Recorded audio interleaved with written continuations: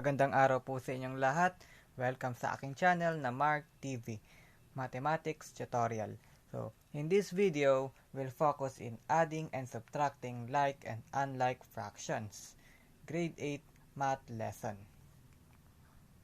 So, first, adding like fractions. Meron tayong tatlong problems. So, number 1, 1/5 plus 2/5. So, kapag sinabing like fractions ay parehas sila ng denominator. So, ano ang ibig sabihin nun? Kapag parehas ang silang denominator, pwede mo nang pagplasin ng numerator ng diretsyo. So, paano yan? 1 plus 2, that will be 3/5. At kopyahin mo na lang ang denominator niya, kaya magiging ganyan. Kaya pagplasin mo tong numerator, kaya magiging 3. So, pwede pa ba silang simplify? Hindi na. Wala na siyang factor, kaya 3/5 na. And number 2, meron tayong problem na 3/4 plus 2/4. So, parehas sila ng denominator, ibig sabihin, like fractions. Pag plusin natin ang numerator, 3 plus 2, that will be 5. And kopyahin mo lang ang denominator, 5/4. And next, 3 plus 1, that will be 4. And kopyahin mo yung denominator, 4/16. At i-simplify mo siya, pwede pa siyang ma-simplify sa 4. So, 4 divided by 4, that will be 1. And 4 divided by 16, that will be 4.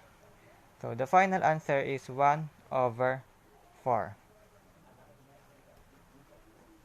And, try naman natin ang tatlong fractions na pagpaplasin natin. So, number 4, 1/8. How about kapag ganito? Plus 2/8 plus 2/8. So, ano yan? So, again, parehas sila ng denominator. Pwede mo naman sila pagplasin ng dire-diretso. So, 1 plus 2 plus 2. 1 plus 2, 3 plus 2, plus 2, 5. So, the answer is 5/8. Pwede pa ba siyang i-simplify? No. Hindi na. Kaya ang final answer is 5/8. Next, adding unlike fractions. So, kapag sinabing unlike fractions, magkaiba sila ng denominator. So, paano yon? So, kapag sa like fractions, ginagawa kapag magkaparehas ng denominator, pinagpa-plus ng numerator ng diretsyo. So, ito, magkaiba sila ng denominator, ibig sabihin unlike fractions. So, hindi ganon. Gagamitan natin ito ng butterfly method. So, paano yon? Butterfly method, pagka-times mo dito sa pagka-times mo ng diretso niya sa slide, 3 times 3, that is 9. 2 times 4, that is 8. Pagplasin mo naman to, 9 plus 8, 17. And 2 times 3, pag times mo naman sa baba, 2 times 3, that is 6. Again, kapag butterfly method, pagka-times mo dito, dyan, tapos saka mo-plus dito yung nakuha mong sagot, at saka i-times mo, at saka i-multiply mo sa baba. Kaya makukuha to, 9 plus 8, 17, 2 plus 3, 6. So, pwede pa ba siyang i-simplify? Hindi na. Kaya ito na ang the final answer. Next, number 2. 4/6 plus 3/2. Magkaiba na naman sila ng denominator, ibig sabihin, unlike fractions. So, gamitin ulit natin ang butterfly method. Pag times mo itong 4 times 2, 4 times 2, that is 8. And 6 times 3, that is 18. And multiply mo sa baba, that is, so, pag times mo dito, 6 times 2, 12. And pagplasin mo itong 8 plus 18, pagplasin mo 8 plus 18, that is equal to 26. So, pwede ba silang i-simplify? Yes. So, pwede ba silang i-simplify? Pwede pa. So, pwede pa silang simplify sa 2. So, 26 divided by 2, that is equal to 13. And 12 divided by 2, that is equal to 6. Kaya ang final answer is 13 over 6. Sinimplify mo siya sa 2. 26 divided by 2, 13. And 12 divided by 2, 6. Next, number 3. So, ganun ulit. Butterfly method. 4 times 6, 24. And 5 times 4, 20. Pagplasin mo yan. So, 24 plus 20, 44. And pag times mo itong 5 times 6, that is 30. So, pwede ba silang i-simplify? Yes. So, si 44 ay pwede pang i-simplify sa 2. So, 44 divided by 2, that is 22. And 30 divided by 2, and 30 divided by 2, that is 15. So, 22 over 15, hindi na sila pwedeng i-simplify, kaya this is the final answer. Next, paano naman kapag tatlo? So, magbigay tayong example ng tatlo. 1 over 3 plus 2 over 5 plus 3 over 4. So, paano yung gagawin dyan? Tatlo sila. So, uunahin muna natin tong dalawa. Itong dalawa muna. Bago muna to. So, plusin muna natin tong 1 plus 2, 1 over 3 plus 2 over 5. So, that is 1 over 3 plus 2 over 5. So, pagplasin natin yan. So, 5 times 2, that is 5 times 1, sorry. 5 times 1, that is 5. Plus 3 times 2, that is 6. So, 9 yan. 1 times 5, that is 5. 3 times 2, that is 6. So, pag multiply naman natin yung baba. So, 5 plus 6, that is 11. And 3 times 5, that is 15. So, yan is yung answer. Saka na natin ipag-plus si 3 over 4. Plus 3 over 4. So, next step. 4 times 11, that is 44. 4 times 11, that's 44. And 15 times 3.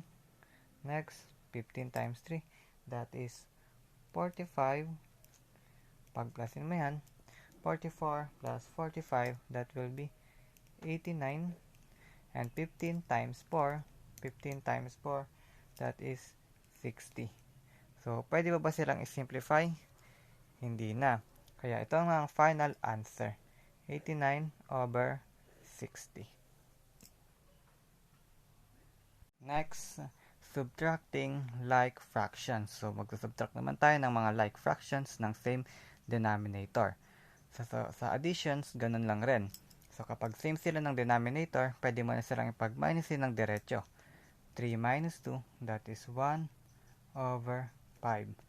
So, the final answer is 1 over 5. Next, 20 minus 2. That will be 18 over 6. Kopyahin mo lang rin yung denominator at pag minusin mo ang numerator, kaya naging 18 over 6. So, pwede pa ba silang i-simplify? Yes. Pwede pa siyang i-simplify by 6. So, 18 divided by 6, that will be 3. And 6 divided by 1, that will be 1. So, hindi na sila pa pwedeng i-simplify, kaya yan ang final answer. Next, 3. Number 3, 3 over 5 minus 18 over 5. So, pag minusin natin ang numerator ng diretso at kopyahin lang natin ang denominator.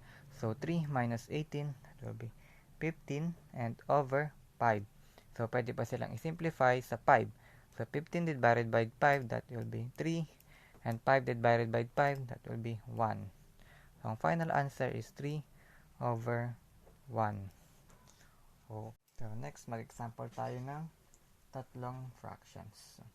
So, number 4, 7 over 5 minus 2 over 5 minus 3 over 5. So, pag pare-pareha sila ng denominator, ulit, yun ay like fractions. So, pwede natin ipag-subtract siya ng diretso sa numerator. 7 minus 2, that is 5. 5 minus 3, that will be 2. So the answer is 2. Kopyahin ang denominator, 2 over 5. So hindi na sila pa pwedeng i-simplify, kaya yan na ang final answer. Next, subtracting unlike fractions. So number 1, meron tayong magkakaibang denominator, ibig sabihin unlike fractions again. So 5. So gamitin ulit natin ang butterfly method. Paano naman kapag subtraction? So 5 times 3, that is 15, and 2 times 10, that is 20. So kapag subtraction, minus naman dito. 10 times sa baba, multiply 15 minus 20, that is 5, and 10 times 3, that is 30. So pwede ba silang simplify? Yes. 5 divided by 5, that is 1, and 5 divided by 30, that is 6. So the final answer is 1 over 6. Next, 6 over 3 minus 3 over 2. Gamitin ulit natin ang butterfly method. 6 times 2, 12, and 3 times 3, 9. Pag minusin mo sa kung ang nakuha, then pag multiply mo yung denominator. So 12 minus 9, that is 3, and 3 times 2, that is 6. So simplify natin dahil pwede pa silang simplify. So 3 divided by 3, that is 1, and 3 divided by 6, that is 2. So the final answer is 1 over 2. Next, number 3. So 9 times 3, that is 27. 9 times 3, 27. And 8 times 3 is 24.